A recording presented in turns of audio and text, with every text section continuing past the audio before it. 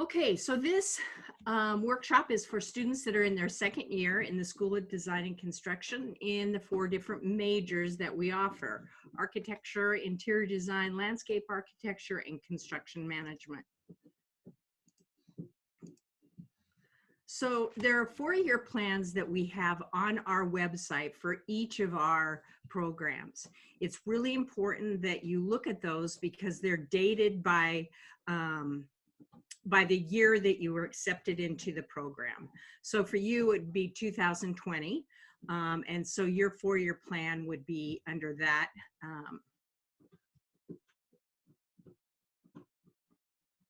I don't know why I just lost my train of thought. Sorry about that. Just so each of your programs, the 4-year plans will be under 2020. I'm going to try something and see if it works. Can you see the 4-year plan when I bring it over? Can you? Okay. So this is the 4-year plan for architecture. And so you're in the first semester of your second year. And so you should be in 201, 250, ARC 210, Construction Management 201, and then SDC 300. That course is not being offered, obviously, but you'll take it at another time. So next semester, you should be registering for your studio class, which would be ARC 203, your design theory course, which would be ARC 209, ARC 215, Issues in Sustainable Architecture, Construction Management 202, the other half, and then the other half of Global History of Design, which is SDC 350. You'll see that that's 17 credits. So you're probably not going to have room in your schedule to add any other classes except those if you're in architecture, okay?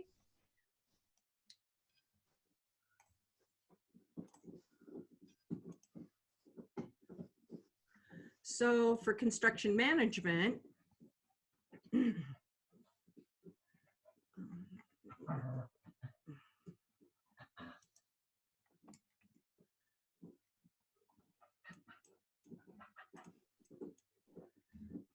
you're going to want to add, so right now you're currently in your ARC 351, Structures 1, Construction Management 222, 201, Materials, and then 254, Construction Graphics. And if you've completed, you should be in your Physics 101 class. Next semester, if you haven't already taken Accounting 230, you're going to want to enroll in that. Architecture 352, Construction Management 202, Construction Management 252, and then B-Law. That's if you haven't taken B-Law or accounting.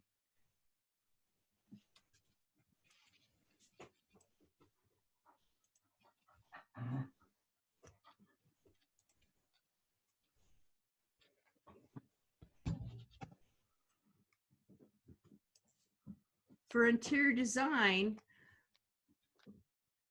you're going to want to be in ID 203, which is your studio class, 215, ID 215, which is materials and components, ID 297, which is your other half of design communication, and then SDC 350, Global History of Design.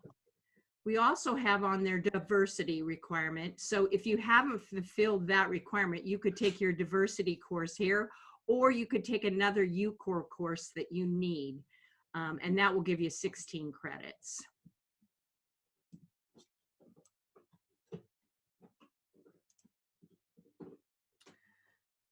And then for landscape,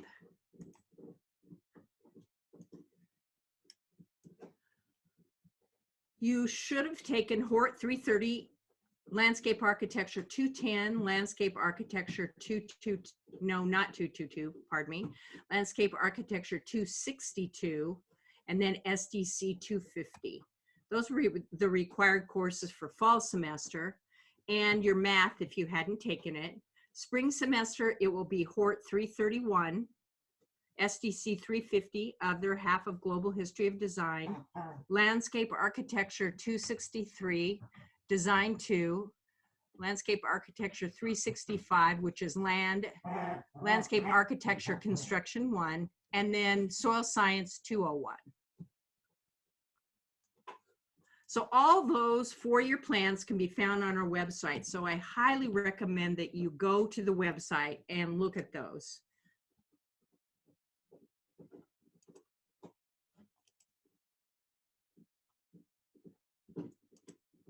Okay, so here's where you'll find them. They're going to be under Student Resources, Advising, and then it lists all the four-year plans. And then if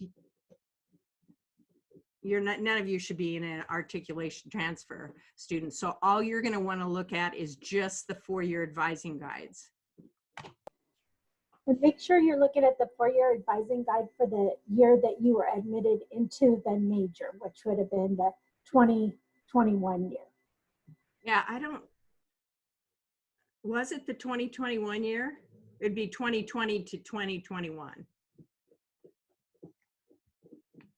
Because these right here are wrong, aren't they?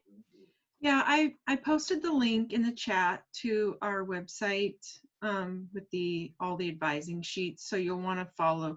They're very similar. So you'll want to follow the one for when you were admitted to the major. So for your group, it would be those that are fall 2020. Okay.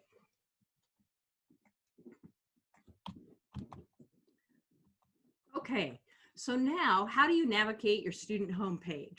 So one of the first things you're going to need to do is look for classes for spring semester. So in order to do that, you want to click on the Manage Classes tile. That's where you're going to begin to enroll in your courses.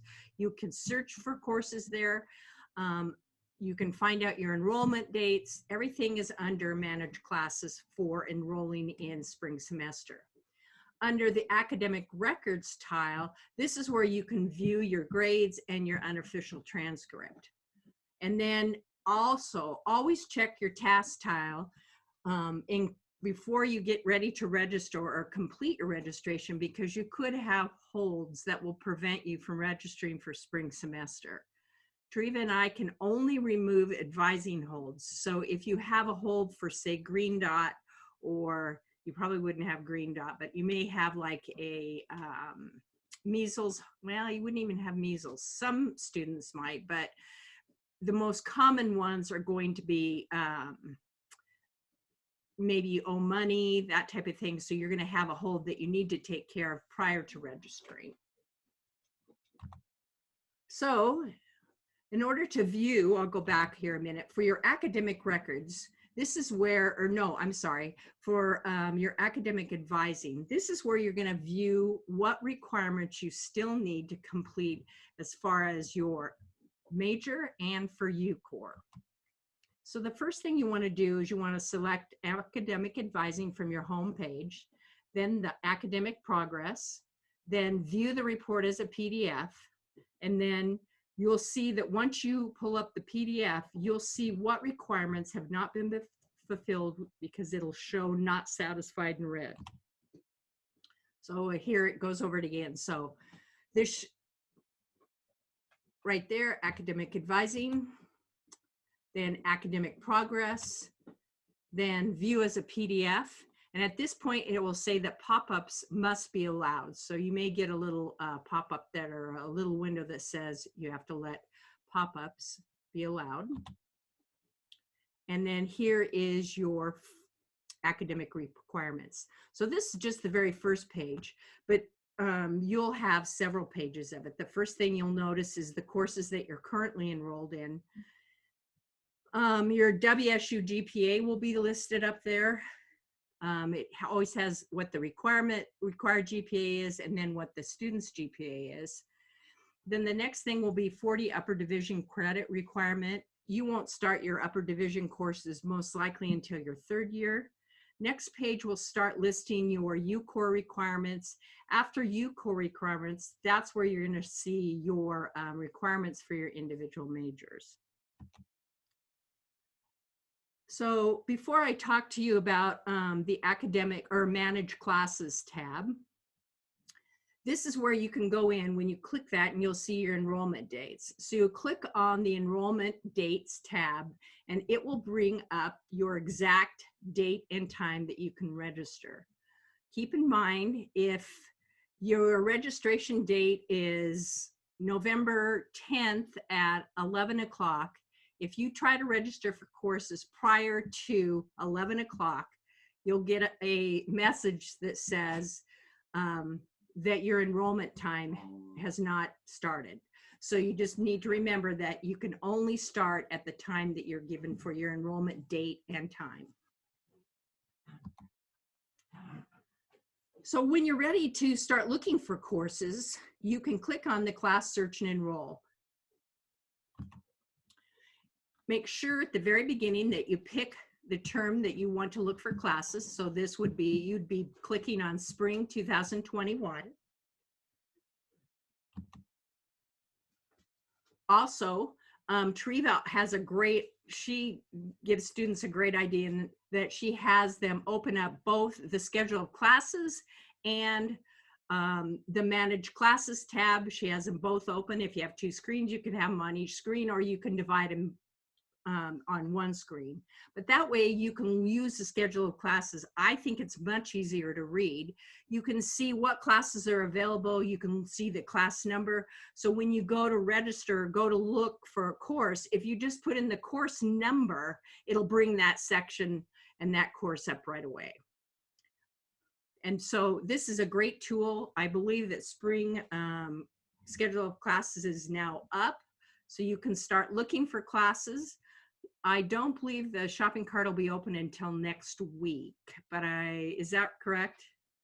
Yeah. So next week the shopping cart will open, and also next Wednesday or Thursday. What's that? Okay. Next Wednesday, I believe, enrollment dates and holds will be placed at that time also. When you're looking at the schedule of classes, it will actually tell you how the course is going to be delivered for spring semester. So there's going to be distance delivery. Web arranged means that it'll be online. Synchronous means that it will be at the exact time and day that is listed on the schedule. So that means that you have to attend during those times. Asynchronous would be that you don't have to attend the course at the time and day that it's offered. And then there are some face-to-face classes, so you can look for those too. I believe in the School of Design and Construction, there's one section of ID 203 Studio that will be offered face-to-face. So just when you're looking, make sure you look to see how the courses that you're going to take next semester are going to be delivered. Then, like I said, if you have both those windows open, you can look at the schedule of classes and you can put in just the course number, which is a 4-digit number, and it'll bring up the course that you're looking for. Then you're going to choose that course.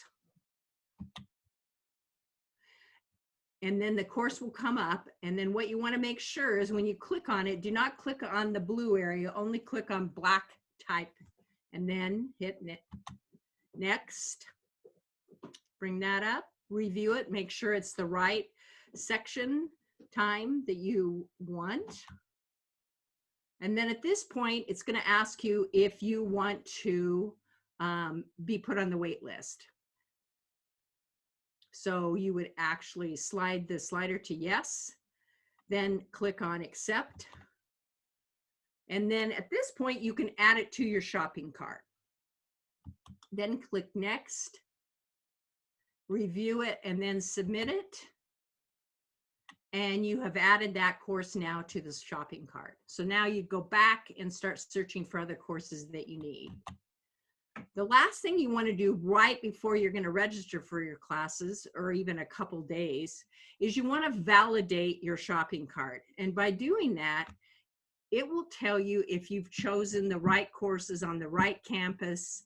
that they don't have any prereqs, that you can actually take the course. So this is a really important step to take, is to validate your shopping cart. Once you've done that, then you know and you're ready to go. And so now you can go in and enroll in your courses on your registration date.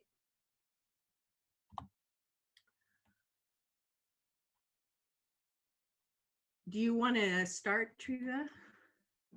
Sure. Then you Okay. mute. Okay, so that kind of goes about for your shopping cart and validating and then enrolling on your date and enrollment time. Remember that. If you have questions about enrollment, the registrar's website, which is registrar.wsu.edu, has some wonderful FAQs and how-to videos and everything.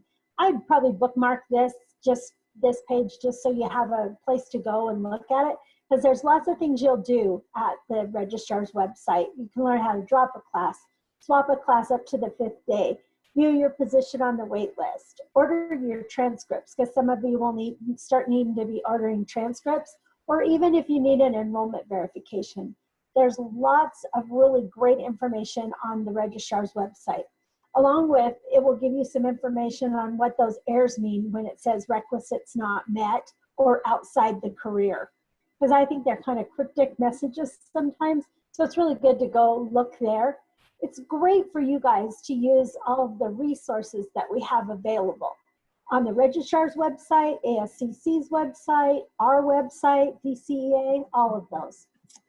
Sorry, Treva. Next slide we're going to look at, there was even someone already thinking about the writing portfolio, because when you reach 75 credits, they will start putting a hold on your registration for your writing portfolio, and you'll have to take care of that before you can enroll. The good news is they're not going to put one on for registration for spring term. So you don't have to worry about it for spring term. However, if you want to take care of this, they could be changing things next year when we're not in COVID anymore. So it would really behoove you to take care of it now. Right now it's done, you complete it through a Qualtrics portal. You have once you get started, you have 1 week to complete submitting it. So not to complete it, but to complete submitting it. You will submit 2 college course writing assignments. And then there's a series of short series of questions that you will have to answer. And then you'll do a reflection essay on each required submission. They no longer require you to have an instructor's signature or a grade on the paper. I already told you about the no holds. And once you submit it, they will send you a message. Once you're submitted, I believe you should get a message that says it was submitted. And then once it's they've evaluated it and they've passed it for you, you should get another message through your MyWSU. And also, once you've got it, once it's completed, they will put your milestone will be fixed or marked as completed. This can be seen in your academic progress report and somewhere. Did I just freeze up? No. Okay, I got a message on my computer screen, and that usually happens after I freeze. Anyway, your milestones will show completed in your academic requirements report. The Writing Center has a great resource also. There's lots of information there on writing introductory paragraphs, research papers, paraphrasing, summarizing, doing footnotes, and citing resources. There's so much information on the Writing Center's page that I really encourage you to use the resources there at the Writing Center also, and go to the Writing Center for the writing program. I believe Jamie put that in the chat, writingprogram.wsu.edu, writing for submitting the writing portfolio. And it is a revised process that they just set into motion because of COVID. They're going to probably keep, I just went to a big training on this today, And they're going to probably keep the submission part where you'll be able to submit it online. However, it could go back to 3 papers instead of just 1, or instead of 2. So I would encourage you, if you're getting close to the 75 credits or you're over, to do it this semester instead of waiting until after next semester when you will get the hold and you just don't know with changes that are being made what's going to happen. So I'd take advantage of the 2-paper one right now while you could. Now we're going to talk about email etiquette. This is something that is very important and you probably need to start practicing right away. When you're sending an email, make it look professional. You're going to get a lot quicker response if you have an email that's professional and to the point. A couple of things that you need to keep in mind when doing an email is make sure that you have a subject line. Make sure you're sending it to a correct email address, have your subject line. Then compose it like you would a letter. Even if it's a short email, do a salutation, Dear Professor Jones, or Dear Dr. Jones if the professor is an actual doctor. Everyone's very busy and professors are they have 100 students that are emailing them where you have 3 to 4 professors that are emailing you. So it's a good idea to write it professionally, make it look professional, include a subject line, and in the subject line, it's really good to include your class number if you're writing professors, just so that they know what class you're referring to, because they might have 2 or 3 classes or 2 or 3 sections. So make sure to include that. When you're writing to someone on campus, such as Julie or I, or Cougar Health Services or the registrar's office, it's also very important to include your student ID number. Because if your name is Sam Smith, there's a pretty good chance we're going to have 5 Sam Smiths in the system, and we want to get the right one. In the body of your email, keep it short and to the point, but avoid text speak. Don't put in there a little be right back or BYB or LOL. Don't text speak. Use proper grammar, full sentences, proper capitalization. Those things are very important. And sign the email. Make sure that you put thank you, sincerely, best regards, something at the bottom of the email. Make it look professional. You're practicing with your advisors, your professors, other people on campus now, but in the near future, it's going to be employers, and you're going to want to make sure you're putting your best foot forward and getting the best impression right off the bat. Do you guys have any questions for us? I hope so, because I like the question part. It keeps me on my